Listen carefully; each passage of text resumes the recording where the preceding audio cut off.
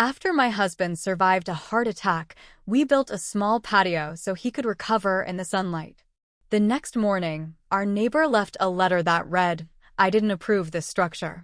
I don't want to see him sitting there every day like a reminder of death." I showed it to my son. He shook with rage. Days later, the patio chairs were missing. Our camera caught her dragging them into her garage and painting over them. I want to get them back. She opened the door, looked me dead in the eyes, and said, "You're lucky I left him the air to breathe." Hi everyone. I never thought I'd be posting here, but after what happened, I needed to tell someone. My name is Maggie, and I'm from a small town just outside Toledo, Ohio. Not one of those picture-perfect towns.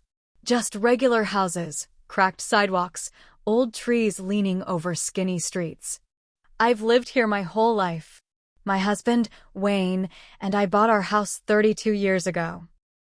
Raised our only son, Brian, here. We know every crack in the driveway, every neighbor's car, every yappy dog barking 2 streets over. Wayne was the kind of man everybody trusted. Big hands, bigger heart. He drove trucks cross-country for decades. Never called off work. Never once turned down a neighbor asking for help. Last fall, Wayne had a heart attack. He was hauling groceries inside when he just dropped right there on the front steps. I called 911 so fast I barely remember doing it. I swear, the sound of that ambulance is burned into my brain forever. He barely made it. The doctors said the damage was bad, but he could recover with time. They told us fresh air and sunlight would help him heal. Gentle movement. No stress. No heavy lifting. Just peace.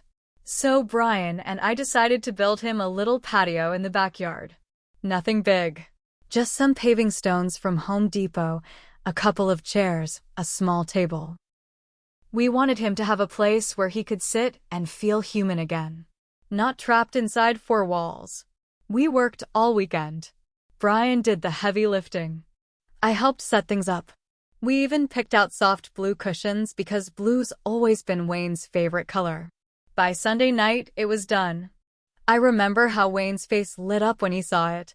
He cried. Not big sobs. Just a couple of tears slipping down his weathered cheeks. He sat there for hours that first evening, bundled in a blanket, watching the sunset. For the first time since the heart attack, I felt like maybe things were going to be okay. Then Monday morning came. I found an envelope taped to our front door. No return address. Just my name written in ugly, scratchy letters. Inside was a note. Short. Cold. I didn't approve this structure. I don't want to see him sitting there every day like a reminder of death. I stood there, reading it over and over. My hands started shaking so bad I almost dropped it. I showed it to Brian. He read it once. His jaw locked tight. His whole body tensed up like he was trying not to explode. "Mom," he said, voice low and shaking, "this is Patty." Has to be. Patty Clemens lived 2 houses down. She was a bitter woman who acted like the whole street was her personal kingdom. Always complaining about someone's grass being too tall or a car parked too close to her mailbox. Her husband had died 10 years ago, and she never seemed to recover. But what she wrote, that wasn't just mean. It was evil. I wanted to let it go. Wayne needed calm. No fights. No drama. So we ignored it. 2 days later, the chairs went missing. I walked outside with Wayne's blanket, ready to tuck him in, and stopped dead. The chairs, the ones we had picked out special, were gone. Brian searched the yard. Checked the garage. Nothing. Then he remembered the old camera we had over the garage. We mostly used it to watch for raccoons, but it still worked. We pulled up the footage. There she was. Patty, dragging the chairs across our yard. Slumping along like she didn't even care if anyone saw her. She dragged them into her garage and slammed the door. Brian swore under his breath. I felt sick. We watched the next few hours of footage. She painted them. Thick, ugly brown paint. Sloppy strokes. Smearing over the soft blue. Wayne sat inside, oblivious. Thank God he didn't see it. I was shaking when I marched over there. Not scared. Just furious. When she opened the door, she didn't look surprised. She just stared at me like she'd been expecting it. "You're lucky I left him the air to breathe," she said. Just like that. Like my husband's life was some inconvenience to her. I didn't argue. I didn't yell. I just shoved past her, grabbed our chairs, and dragged them home. They were still wet, brown paint dripping down the legs. Wayne didn't ask questions. He just smiled when he saw the chairs back on the patio. I scrubbed at them all night with a rag and vinegar. I got most of the paint off, good enough for him to sit outside again. But Brian wasn't done. He started digging. See, Patty had a rickety old wooden privacy fence between our yards. She guarded it like it was made of gold, constantly yelling at kids who leaned on it or joggers who brushed too close. Brian went to the city records office, pulled the original lot surveys. Guess what? The fence wasn't even on her property. It was 3 feet into ours. He filed a complaint. It took weeks for the city to act, but when they did, it was glorious. Officials came out with their measuring wheels and clipboards. Patty stormed outside, demanding to know what was happening. When they told her, she looked like someone had slapped her across the face. The fence had to come down. 60 days to remove it, or the city would, and they'd bill her for every cent. She tried to fight it. Filed an appeal, called the mayor's office, sent nasty letters. Nothing worked. The fence came down. Piece by piece, the workers dismantled it. Every crack of wood splitting made me smile. But Brian wasn't satisfied. We expanded the patio, made it bigger, brighter, more flowers, more chairs. A big bright yellow umbrella so cheerful it was impossible to ignore. Every single day, Wayne sat out there in the sun, blanket around his shoulders, smiling, living. Patty stayed inside most of the time after that. When she did come outside, she moved fast, head down, like a guilty dog. Wayne got stronger. He started walking to the end of the driveway and back. He even made it to the corner one afternoon. Every breath he took outside, every minute spent soaking in the light, was a little middle finger to the woman who tried to tear him down. But the story didn't end there. Because Patty wasn't finished either. And neither were we. A few quiet weeks went by. Wayne was getting stronger.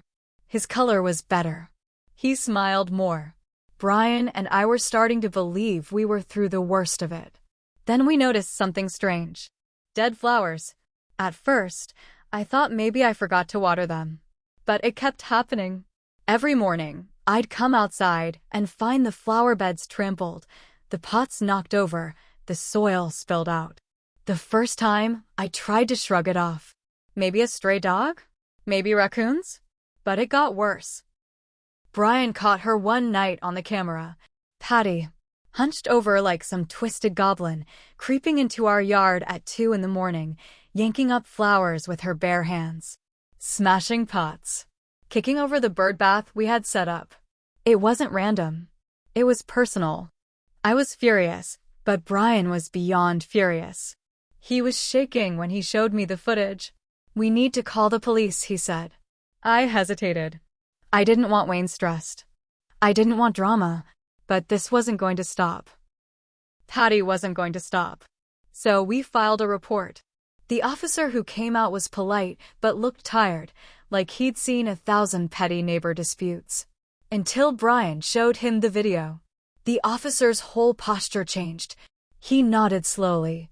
"You've got proof," he said. "We can file charges for trespassing and destruction of property." We said yes. That same week, Patty got a notice taped to her door. Wayne didn't know all the details.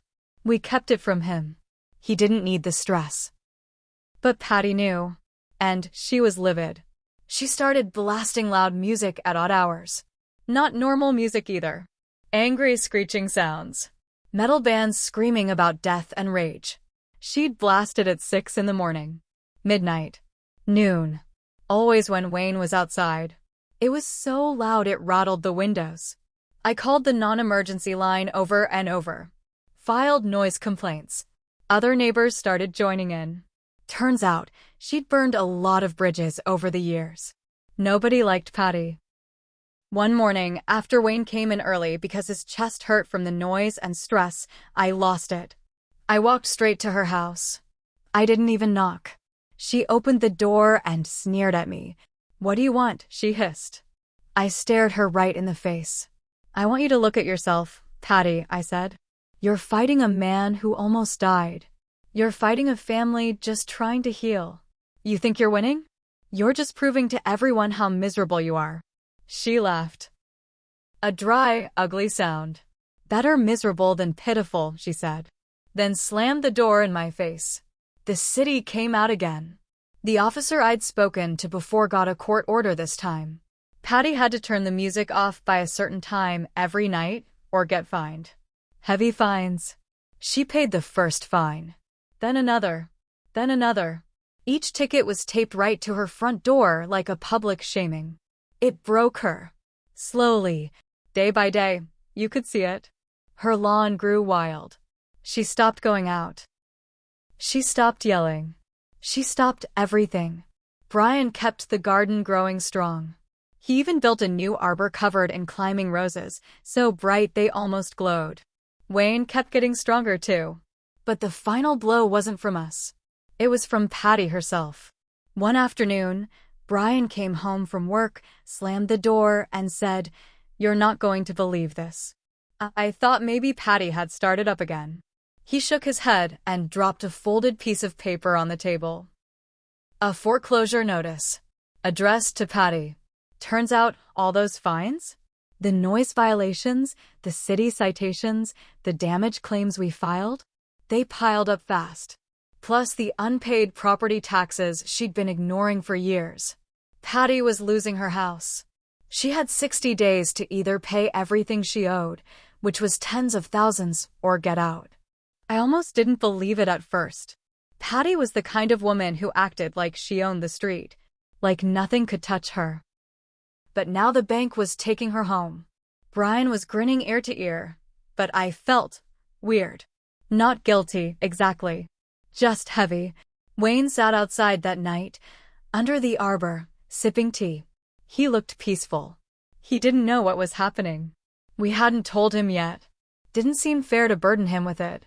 2 days later, it got worse. Or better, depending how you look at it. Patty snapped. She came stomping into our yard while Wayne was out there reading. No warning. No shame. She stood over him, pointing a shaking finger in his face, screaming. "You think you won, you old sack of bones?" she yelled. "You think sitting out here like a corpse makes you better than me?" I was in the kitchen and heard her through the window. Brian was already running. By the time I got outside, he was standing between her and Wayne, fists clenched. "Get off our property, Patty," Brian said, voice low and deadly. Wayne just looked at her, calm. Sad, almost. "You need help, Patty," he said softly. More help than I ever did. That only made her scream louder. Wild, broken sounds. Neighbors were peeking through their windows. Someone must have called the police because a cruiser showed up in less than 10 minutes. The same officer from before stepped out. He looked at the scene, Wayne sitting quietly, Brian standing like a guard dog, Patty screeching like a banshee, and sighed. "All right, Patty," he said. "That's enough." They arrested her. Right there on our front lawn. Handcuffs and everything. For trespassing. For harassment. For violating the restraining order we'd gotten the week before without her knowing. The whole neighborhood watched. No one helped her. No one even pretended to feel bad. They hauled her off, still shouting, "You're all gonna rot. Every last one of you." It didn't matter. The damage was done. Patty's house sat empty for a few weeks. Then a big for sale sign went up. The lawn grew higher. Weeds swallowed the sidewalk. It was like she had never even been part of the neighborhood. Wayne kept sitting outside every day. Stronger. Calmer. More alive than ever. The house sat there like a dead tooth for months. Overgrown, sagging, falling apart. People came by sometimes to look at it. Realtors. Curious neighbors. But no one wanted it. Word had gotten around about Patty's arrest. About everything she did. No one wanted to live where that kind of hate had soaked into the walls. Meanwhile, Wayne kept getting better. He could walk the whole block now. He even drove himself to his heart checkup one morning, a grin on his face the whole time. We thought it was over. We thought we could finally move on. Until the auction notice came. The bank was desperate to sell Patty's house. It was going up for public auction. Dirt cheap. Brian got an idea. A bad idea. A vengeful idea. He wanted to buy it. Fix it up. Paint it bright colors. Turn it into a rental. Fill it with life and noise and family barbecues. Turn her tomb into our playground, he said, half joking, half serious. Wayne wasn't so sure. He said it sounded like picking at an old wound. That it would keep Patty living rent-free in our heads. But I was angry. I remembered every cruel word she said.